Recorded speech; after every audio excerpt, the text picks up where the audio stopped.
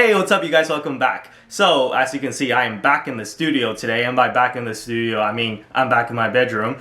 So sorry there was no video last week. I was moving around and I'm done house sitting now, so we're gonna move back to the original location. So today we're also gonna do it old school style, and what I mean by that is that when Andy's Fire Club was first founded, it became kind of a thing for me to talk about personal finance related stuff and less so about individual stocks and crypto and whatnot. Don't get me wrong, I love talking about individual stocks and crypto, but today I thought I'd bring it back to a topic that we haven't talked about in a while, which is debt management. And I get asked this question a lot, which is how can I become debt free? So that's the ultimate goal of everyone, isn't it? To become debt free? Well, today I'm going to argue that that's actually a bad idea and why I never want to be debt free. So let's find out why. Okay, so first of all, I just want to say I do understand the mental benefits of being debt-free, and most people, when they commit to getting their finances together, the first goal they have is to pay off all their debts, right? And that's a good goal to have, but the problem is that with whatever debt you're paying off, you're also foregoing the opportunity to invest the same money. So if you're paying off your credit card, which is at an annual interest rate, usually around like 15-20%, something like that, that's pretty much the best thing to do 100% of the time, because it's very hard to make consistently 20% annual returns year over year over the long term. So for reference, if you put your money into a diversified stock portfolio, you can expect about, 8 to 10% rate of return annually in the long term. And if you pick stocks and you're really good at it, maybe you can up that to like 15% rate of return, right? That's considered really good. But if we're talking about something like a mortgage, right now in Canada, you can fix that mortgage rate for 5 years at around 2%. And I've heard a lot of people negotiate or found better deals that allow them to borrow at even lower than 2%. So you can see the difference here, right? If you refinanced your house and invested the money over the long term, well then theoretically you should end up with more money because you're paying 2% in interest, but you're earning more than 2% on your investments, hopefully. Versus if you have credit card debt, then you should try to pay that off as soon as you possibly can, because you wouldn't be making that money back by investing it in the difference in the meantime, because the credit card interest rate is extremely high.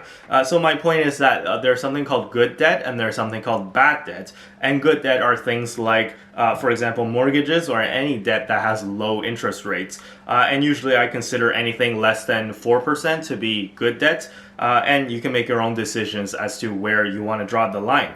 Bad debt would just be the opposite of that, right? So for example, credit card debt would be bad debt.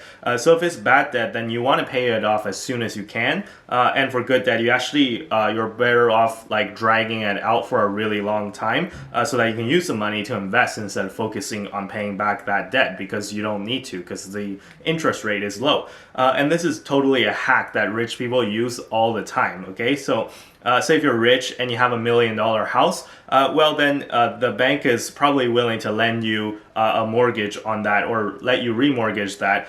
Some banks, like most of the time, up to like 80% of the house's value as a mortgage at a low interest rate, say like 2.5%, something like that, right? So let's say you've just borrowed $800K at 2.5%. Well, let's say you just threw that into, JPM, right? JP Morgan Chase stock. Not financial advice, I'm just using that as an example. Let's say you threw that into JPM. Well then, I think most would argue that JPM is a really well-run bank.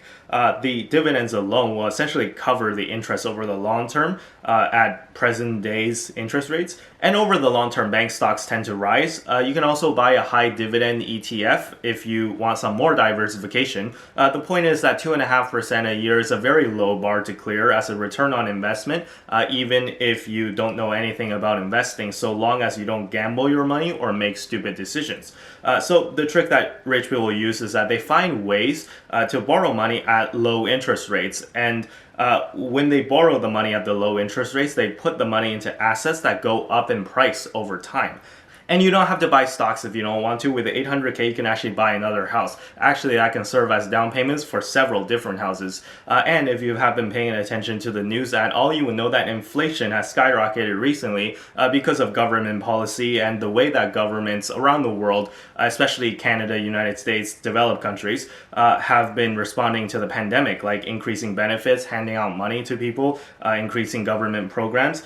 So I won't get political, so I won't comment on whether it's right or wrong for the governments around the world to be doing this. But the fact is that when you increase the money supply out there, then that's going to cause the value of each dollar to go down, right? Because there's more dollars out there. So it works like any other product or commodity, right? If there's a lot of it out there, it becomes less scarce, so the value goes down. So the way I think of it is, don't think of like the value of the assets going up, think of it as the value of each dollar going down. So it's not fundamentally more expensive to produce a gallon of milk compared to like 2 years ago. In fact, it might have been easier, but the fact is that you need more dollars to buy that gallon of milk. So it's not that the milk is going up in price, it's the value of each dollar that went down, right? So that's kind of the point that I'm trying to make.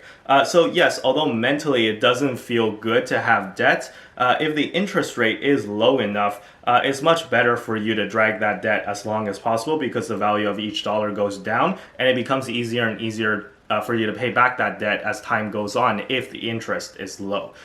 So with that being said, though, you do have to watch out for things that you're buying with your money. As I said, you want to buy things that go up in value with time and with inflation. So a friend asked me the other day, why would someone lease a car instead of buying a car? Well, the simple answer to that is that cars are depreciating assets. So yes, cars are assets, but they're depreciating, meaning that the value of the car goes down over time. It doesn't go up with inflation, which is not the case for houses in general. Right, so I know there's some like classic cars and some collectible cars that do keep up with inflation, but those are special cases, and those are not like, those don't apply to like 99% of the cars out there, right? So I'm talking about just like a daily driver car in general. Think of your like Toyota or your like Honda or whatever. So when it comes to depreciating assets, you don't want to pour too much money into those because you're not going to see a return on your money.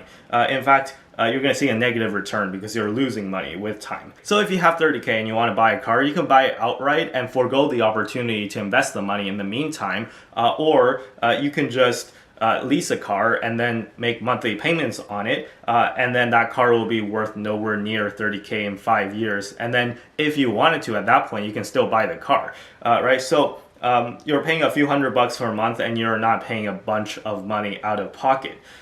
So the point is that you want to build equity in assets that go up in value with inflation. Debt is a great instrument that helps you do that if you use it correctly. So that's a big if, but if you use it correctly, it'll help you build wealth. So for me, I have no interest in being debt-free. I don't own a house right now, but if I did, I would totally remortgage the house given how low the interest rates are, and then I will find some other way to deploy the money because I think that I can definitely make more than whatever the mortgage rate is, 2% or 2.5% over the long term if I just invested. So that is mathematically a better way to build wealth because you're putting more of your money to work by making your money make more money. So anyways, I hope all of that made sense, and I'm going to end the video here. Be sure to give the like if you enjoyed the video, and consider subscribing if you like this series. Be sure to follow me on Twitter and Instagram, links down below in the description as always. And with that being said, I'll see you guys in the next video. Bye bye.